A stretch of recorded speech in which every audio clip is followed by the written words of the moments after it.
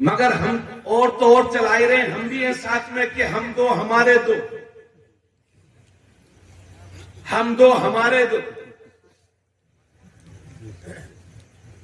हम दो हमारे दो। जिसे देखो, हालांकि जितने लोग ये नारा लगा रहे हैं हम दो हमारे दो, इनकी सच्चाई पूछो, बैकग्राउंड देखो तो इनका खुद घर में 6 नंबर होगा। पूछो पूछो, किसी का 7वां नंबर होगा कि साहब आबादी को कंट्रोल करो। अगर आबादी ही तरक्की का जरिया है तो 3-4 करोड़ की आबादी वाला नेपाल भारत से पिछड़ा हुआ क्यों है? 140 करोड़ की आबादी का मुल्क भारत क्यों तरक्की कर रहा और नेपाल क्यों पिछड़ा हुआ है? इसलिए इन दुनियावी बातों से बचो और अपने रसूल के पैगाम पर अमल करो। हम दो हमारे दो का सिस्टम छोड़कर हम दो और जितने अल्लाह दे वो सब, अरे बोल दो सुभान अल्लाह। मेरे नबी ने हजरत अली से फरमाया था, ए अली 3 कामों में कभी देर मत करना। जब नमाज का वक्त हो जाए तो नमाज अदा करने में देर मत करना, और जब जनाजा तैयार हो जाए तो नमाज जनाजा पढ़ने में देर मत करना, और जब किसी बेवा का विधवा का मुनासिब रिश्ता मिल जाए तो नबी फरमाते हैं उसका निकाह करने में देर मत करना। क्योंकि जो कुंवारी होती है उसके कदम भटकने के चांसेस कम रहते हैं, लेकिन जो औरत एक बार किसी के निकाह में रह चुकी हो फिर वो बेवा हो गई हो तो माज़अल्लाह भटकने का खतरा ज्यादा होता है। इसलिए नबी फरमाते हैं अगर बेवा का मुनासिब रिश्ता मिल जाए तो उसका निकाह कर दो। उसमें के मत बनो कि सुबह सुबह बेवा दिखाई दे गई तो आप कहते हैं ये मनहूस चेहरा मुझे कहां से दिखाई दे गया। बदशुगुनी तुम्हारे इस्लाम में नहीं है।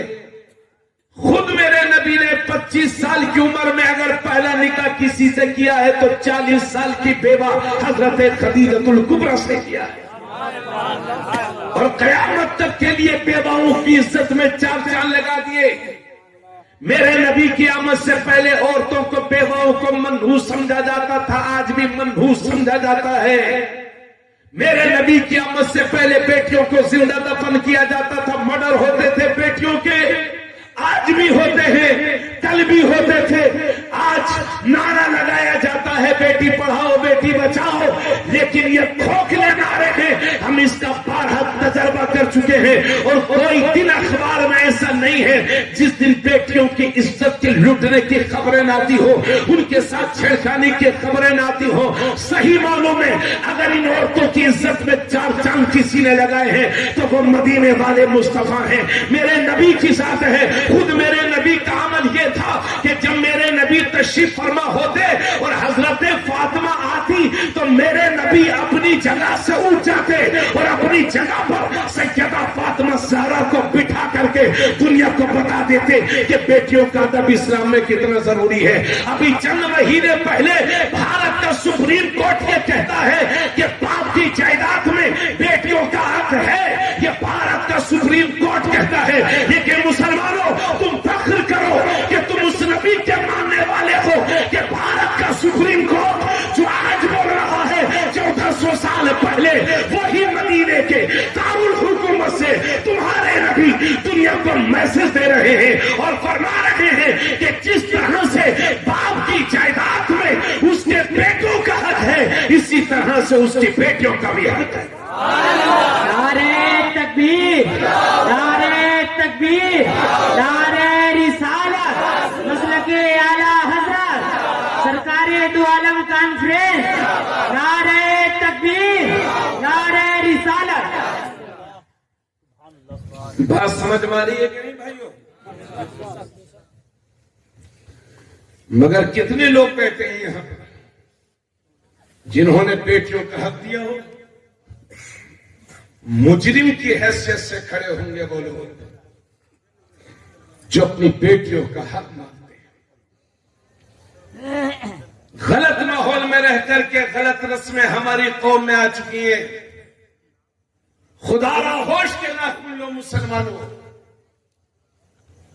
और चलिए इंशाल्लाह ये नमाज की बात चल रही थी, इसको थोड़ी देर यहीं पर रोक करके चलिए मैं उसी को बताता हूं।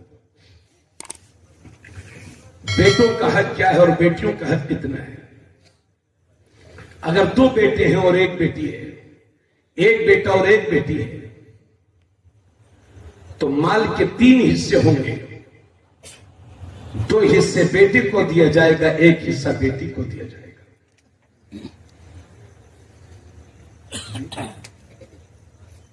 मगर तवज्जो इधर रखिए, आज जहेज के नाम पर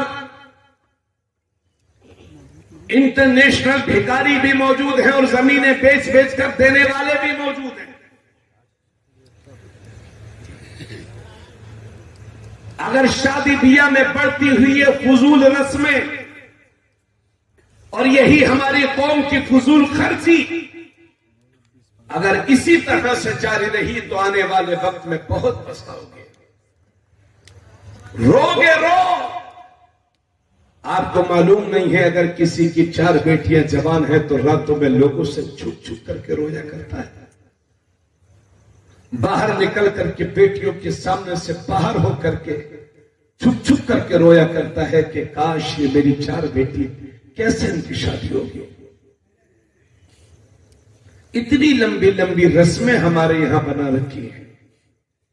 कहीं 300 बराती हैं, कभी 250 बराती हैं, कभी 400 बराती, और नहीं तो 200 तो कहीं नहीं गए। यहां कितने चलते भाईजान? अच्छे दौड़ते हैं।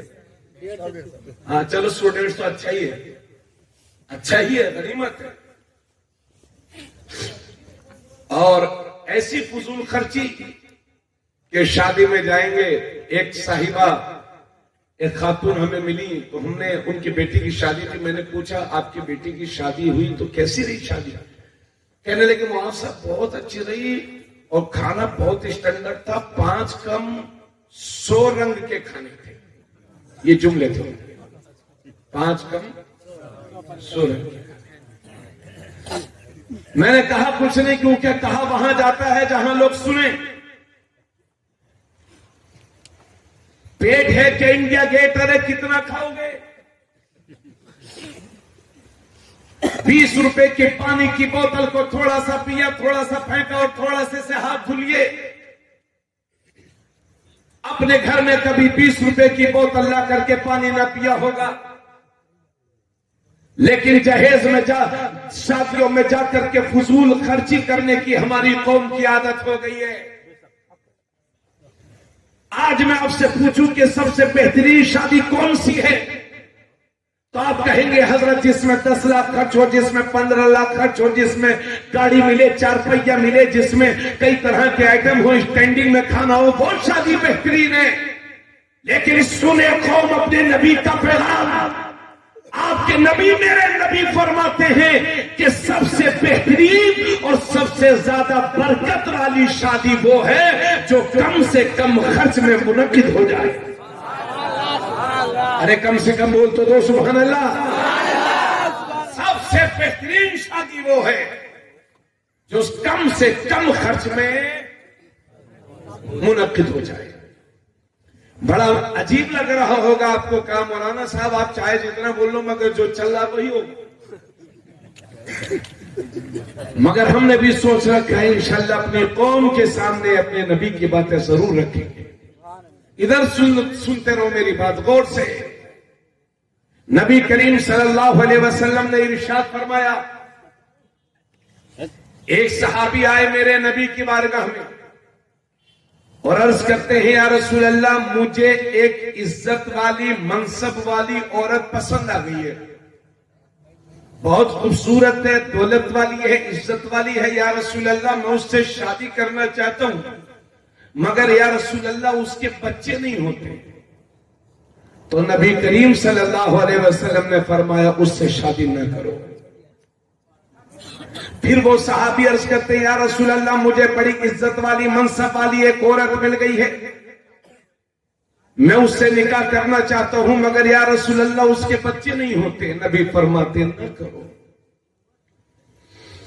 फिर वो सहाबी 30 बार अर्ज करते हैं तो तीसरी बार के सवाल में मेरे नबी फरमाते हैं, मेरे सहाबी ऐसी औरतों से शादी करो जो मोहब्बत ज्यादा करने वाली हो और बच्चे ज्यादा पैदा करने की सलाहियत रखती हो, ताकि कल तुम्हारी कसरत की वजह से मैं दूसरी उम्मतों पर क़यामत के दिन फख्र करूं। हाँ मियां, मगर हम और तो और चलाए रहे, हम भी हैं साथ में कि हम दो हमारे दो, हम दो हमारे दो, हम दो हमारे दो, जिसे देखो हालांकि जितने लोग ये नारा लगा रहे हैं हम दो हमारे दो, इनकी सच्चाई पूछो, बैकग्राउंड देखो तो इनका खुद घर में 6ठा नंबर होगा। पूछो पूछो, किसी का 7वां नंबर होगा कि साहब आबादी को कंट्रोल करो। अगर आबादी ही तरक्की का जरिया है तो 3-4 करोड़ की आबादी वाला नेपाल भारत से पिछड़ा हुआ क्यों है? 140 करोड़ की आबादी का मुल्क भारत क्यों तरक्की कर रहा और नेपाल क्यों पिछड़ा हुआ है?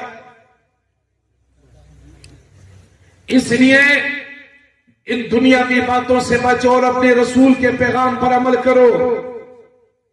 हम दो हमारे दो का सिस्टम छोड़कर हम दो और जितने अल्लाह दे वो सब, अरे बोल दो सुभान अल्लाह। हाँ, 2 से ज्यादा होंगे तो नौकरी नहीं मिलेगी, तो वैसे ही कितनी नौकरी मिल गई है। और क्या करोगे संविदा की नौकरी का? तवज्जो चाहूंगा। और शादियों में हमारी आदत यह है कि 30-30 साल, 25-25 साल के हो गए, 30-30 साल, 35-35 साल। हमने कहा अरे भाई शादी कर लो, नौजवान से सब कुछ है। तो कहते हैं अरे हजरत को लाइफ बनाने दीजिए। हमें मास्टर साहब कहीं लाइफ बनाते बनाते आप कब्र में न तशरीफ ले जाएं। नबी फरमाते हैं जिल्लत की मौत मरते हैं वो लोग जो कुंवारगी के आलम में मरते हैं। यानी शादी की उम्र हो गई थी, हालात मुवाफिक थे, शरई कोई वजह नहीं थी देरी की, फिर भी शादी नहीं की और कुंवारगी में मर गया। नबी फरमाते हैं जिल्लत की मौत मरा है वो। और अल्लाह फरमाता है वअनकिहुल अयामा मिनकुम वस्सालिहीन मिन इबादिकुम व इमाइकुम इन यकूनू फुक़रा युग़निहुमुल्लाहु मिन फ़ज़ली। अल्लाह फरमाता है तुम में जो बेनिकाह वाले हैं उनके निकाह करो, शादी करो। उसके बाद अल्लाह फरमाता है इन यकूनू फुक़रा युग़निहुमुल्लाहु मिन फ़ज़ली, अगर वो फकीर भी होंगे तो शादी की बरकत से अल्लाह उन्हें गनी कर देगा, अल्लाह उन्हें मालदार कर देगा। कितने ही लोग इसी मजलिस में बैठे होंगे जो शादी से पहले मजदूरी करते थे, लेकिन शादी के बाद जिंदगियां बदल गई, है ना जी। छत्तीसगढ़ में एक बार मैं गया तो एक साहब जैन थे, वो मुझसे बोले आप धार्मिक गुरु हैं क्या? मैंने कहा, तो बोले आपकी शादी होगी? हमने कहा हमारे धार्मिक गुरु तो जरूरत पड़ती है तो 2-2 भी कर लेते। अल्लाह का करम यह है कि हमारे यहां आम मुसलमान हो चाहे धार्मिक गुरु। नबी फरमाते हैं शादी मेरी सुन्नत है, और जो लोग शादी नहीं करते हमने देखा वो गड़बड़ बहुत करते हैं। इसलिए इस्लाम ने तुम्हें गड़बड़ी करने से, जिना करने से बचाया और पाकीज़ा माहौल दिया है।